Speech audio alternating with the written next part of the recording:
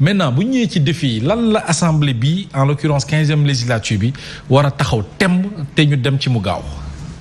Je pense que à plusieurs reprises wax naa ko. seen priorité absolue pour bu fekkee waxi assemblée rek la ñuy wax seen priorité absolue c'est le règlement intérieur de l'Assemblée nationale. C'est ça. dafa bëri faiblesse. dafa bëri yoo xam ne ñu ngi koy def biir assemblée di wax pratique parlementaire. te man jànguma droit mais je pense que loo pratiqué pendant 1 an war nga ko quand même codifier parce que da ngay considérer ne lu baax la. nga dugal ko ci texte yi codifier ko nga xam ne kenn dootu ci am luñ ciy naatable. loolu vraiment ñoom dañ ci war a sëgg très rapidement. def de telle sorte que mu am par exemple li xew tey. Quand Guy Marius Sagna s'est levé pour demander le statut. du candidat à la présidence de l'Assemblée nationale. El Malick Ndiaye. Mais waruloon am El Malick ne devait pas être dans l'Assemblée. Un membre du gouvernement ne peut pas siéger à l'Assemblée nationale. Et sa démission n'est pas actée. La lettre de démission qui a été lue ne concerne pas l'Assemblée nationale. Il concerne le gouvernement. Et le gouvernement c'est très clair. Donc l'intervention d'Abdou Mbow peut être compréhensible. L'intervention de Abdou Mbow est compréhensible. Mais Abdou Mbow dafa yem ci incompatibilité dafa invoquer article 109. Mais c'est pas l'article 109 qui règle le problème. C'est la Constitution qui règle le problème en son article 56 qui dit que un membre du gouvernement ne peut pas siéger à l'Assemblée nationale.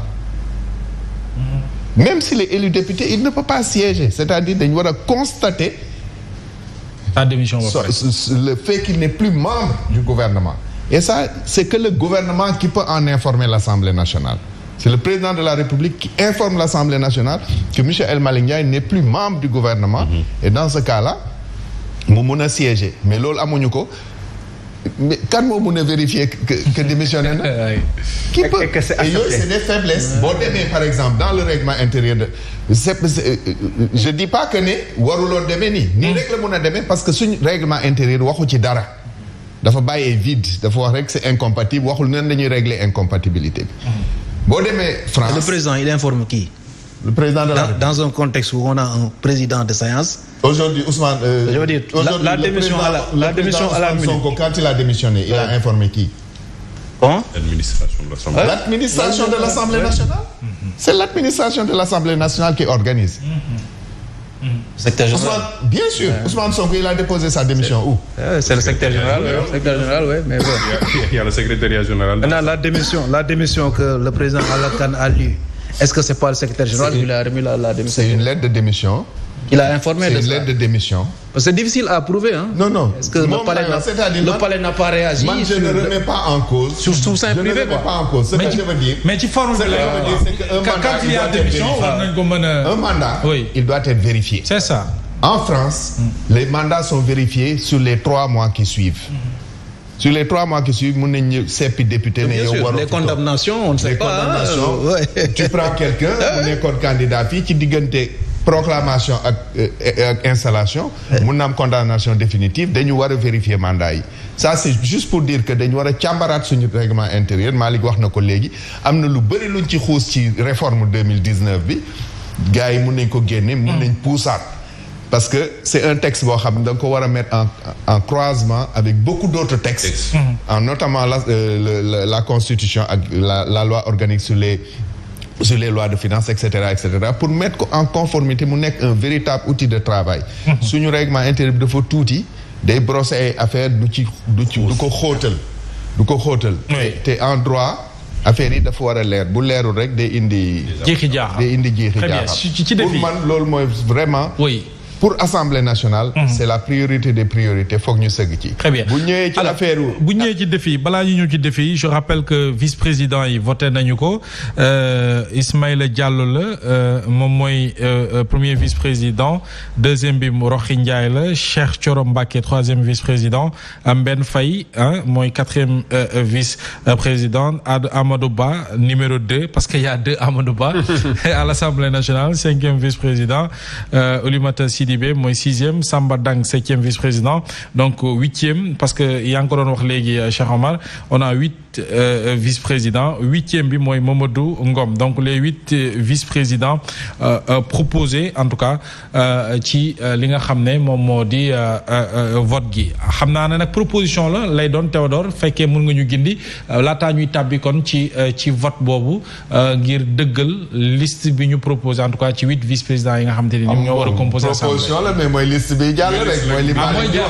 aujourd'hui assemblée nationale amuñu possibilité Mbaye Ndiaye laa rappelé quoi député yi jóg ne man damay defar suma liste parce que bu fekkoon ne député parce que les élections dafa am sax benn principe bu nekk ci élection à l'Assemblée nationale boo xam ñu bëri xamuñ ko le principe xam dañuy wax Sénégal fii plus fort reste Assemblée nationale dañuy utiliser beneen concept c'est le xawma le am na beneen concept bu ñu utiliser daal pour départager parce que c'est de la proportionnelle bu fekkee dafa am plusieurs listes après mun na am des gens qui sont issus de plusieurs listes pour constituer le bureau de l'Assemblée nationale. mais li ma jaaxal mooy huit vice-présidents yëpp ca coalition Pastef. non mais c'est normal c'est. non normalement am na benn. le 8e c'est Farba Ngom. Farba Ngom Mamadou Ngom